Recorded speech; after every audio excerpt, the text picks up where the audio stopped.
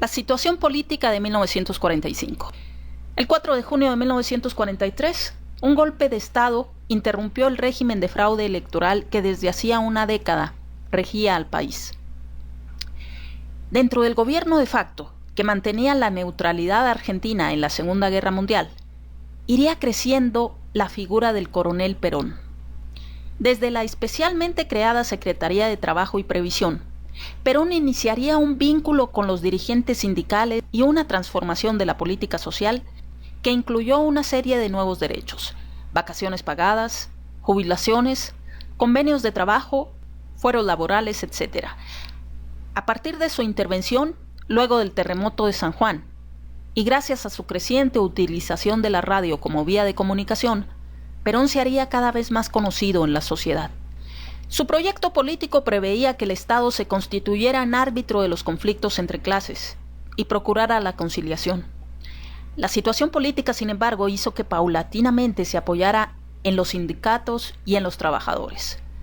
De ese modo, el peronismo de 1945 fue el resultado de una combinación entre ese proyecto original y el nuevo peso que había cobrado el movimiento obrero, con una presencia mucho mayor de la que jamás se había imaginado.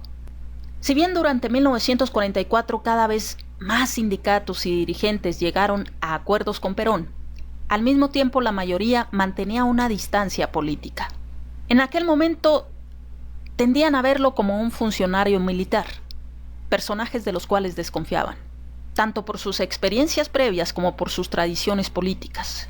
Una gran parte de los dirigentes se había formado en el socialismo, eran miembros de sindicatos con historia anarquista o estaban ligados al Partido Comunista. Incluso los más pragmáticos que buscaban obtener beneficios para sus afiliados fueron renuentes durante un tiempo a manifestar su adhesión o agradecimiento a la gestión de la Secretaría de Trabajo y Previsión.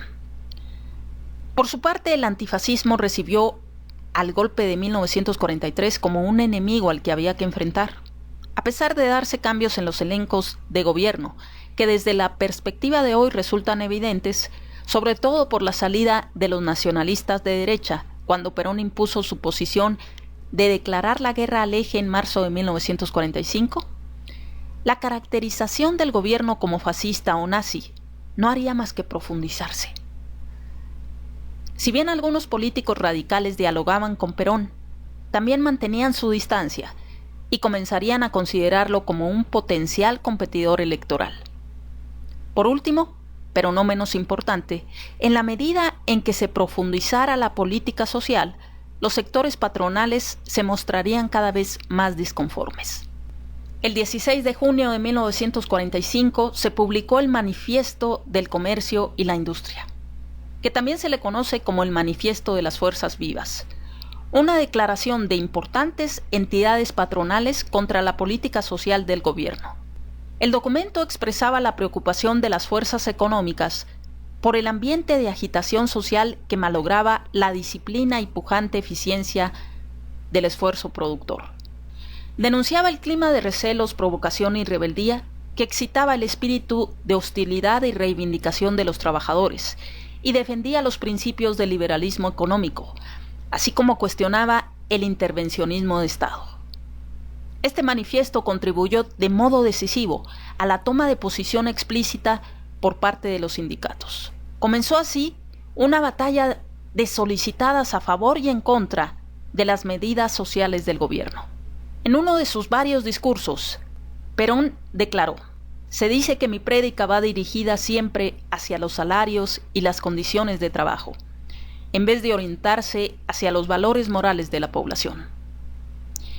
Y con una de sus características frases punzantes remató: "Me explico por qué esas fuerzas prefieren los valores morales. Es que a los otros hay que pagarlos". A esa altura del conflicto, frases de aquel tipo generaban tanta repulsa en los empresarios como fascinación en los sectores populares.